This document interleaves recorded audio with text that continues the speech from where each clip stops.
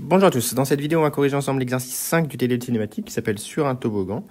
Donc on a un jeune enfant ciblable à un point matériel M, installé prêt à partir en haut d'un grand toboggan d'un parc aquatique. Et donc on vous donne les équations horaires de M en coordonnées cartésiennes, X, Y, Z, et on veut revenir en coordonnées cylindriques. Donc on rappelle les relations de passage.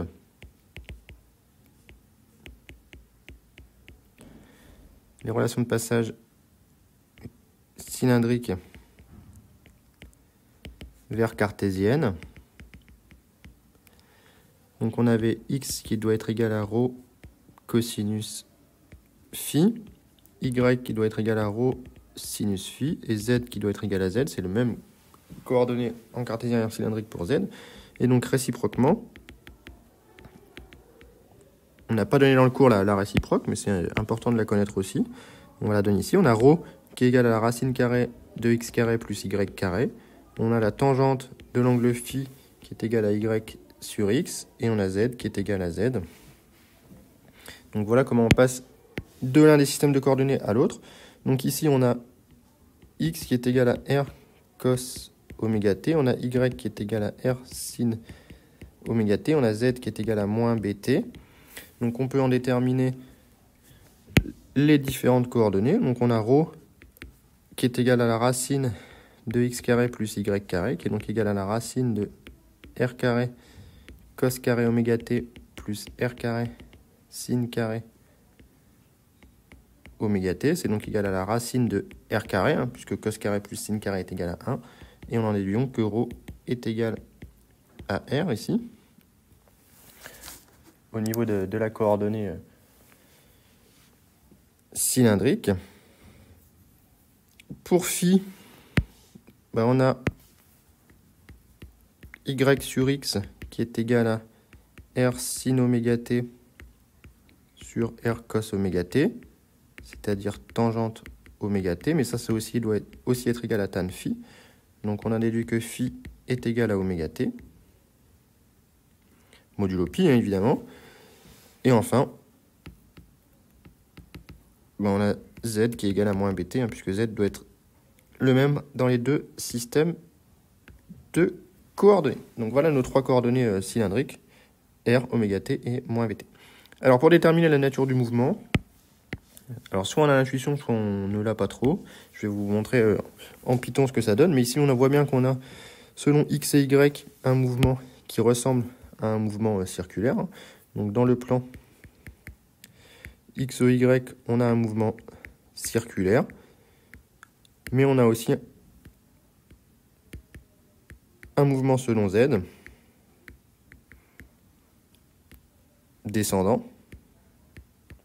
Donc en fait, ça donne un mouvement qu'on appelle un mouvement hélicoïdal. Et si on le trace en Python en 3D, on obtient ce tracé. Donc moi je l'ai tracé pour oméga égale 1 radian par seconde, pour r égale 2 mètres et pour b égale 2 mètres par seconde. Voilà ce qu'on obtient. Donc on a bien un mouvement hélicoïdal. Je vous ai mis le point de départ en rouge. Et ensuite, vous descendez le long de l'hélice, ici, et ainsi de suite. Alors, déterminer la norme de la vitesse de m. Là, on va calculer v de m. Donc, on a v de m qui est égal à ρ point euro plus ρ phi point e phi plus z point ez en cylindrique. Alors, évidemment, on aurait pu raisonner en cartésienne pour montrer que la norme est la même. Et donc, on a que norme de v est égale... Ici, ρ point est égal à 0, car ρ est égal à r, le rayon. Donc, on a que v de m est égal à ρ phi point e phi plus z point ez, c'est-à-dire ρ, on a trouvé que c'était r. Phi point, c'est la dérivée de oméga t, ça fait donc r oméga, e phi, plus z point, la dérivée de z, c'est moins b ez. Donc voilà ce que donne la vitesse. Et donc on a que la norme de v est égale à la racine carrée de r oméga au carré plus bk. Donc voilà ce qu'on trouve. Donc une remarque, on pouvait raisonner en cartésienne. Hein.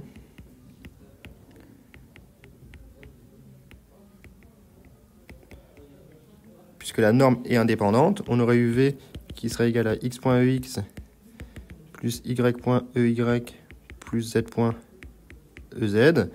X point, on a trouvé que c'était r cos oméga t, donc ça aurait fait moins r oméga sin oméga t, ex, plus r oméga cos oméga t, ey, moins b, ez. Et ensuite, la norme de v, c'est la racine de la somme au carré de toutes les composantes. Donc moins r oméga sin oméga t au carré plus r oméga cos oméga t au carré plus moins b au carré. Et on aurait bien sûr retrouvé que v en norme aurait été égal à r oméga au carré plus b carré. Donc ça, c'est un résultat intéressant. C'est que la norme de la vitesse ne dépend pas du système de coordonnées. Très important. Et enfin, dans un dernier temps, on nous demande de déterminer la norme de l'accélération de m. Ben, on a a qui est égal à la dérivée de la vitesse par rapport au temps. Donc la vitesse, on a trouvé que c'était r oméga e phi moins b ez. R et oméga sont des constantes, donc il reste r oméga d phi sur dt. La dérivée de BEZ va donner 0. Et donc, il nous reste tout simplement moins R oméga carré euro. Et donc, la norme de A est égale à R oméga carré. Donc, voilà les résultats qui nous manquaient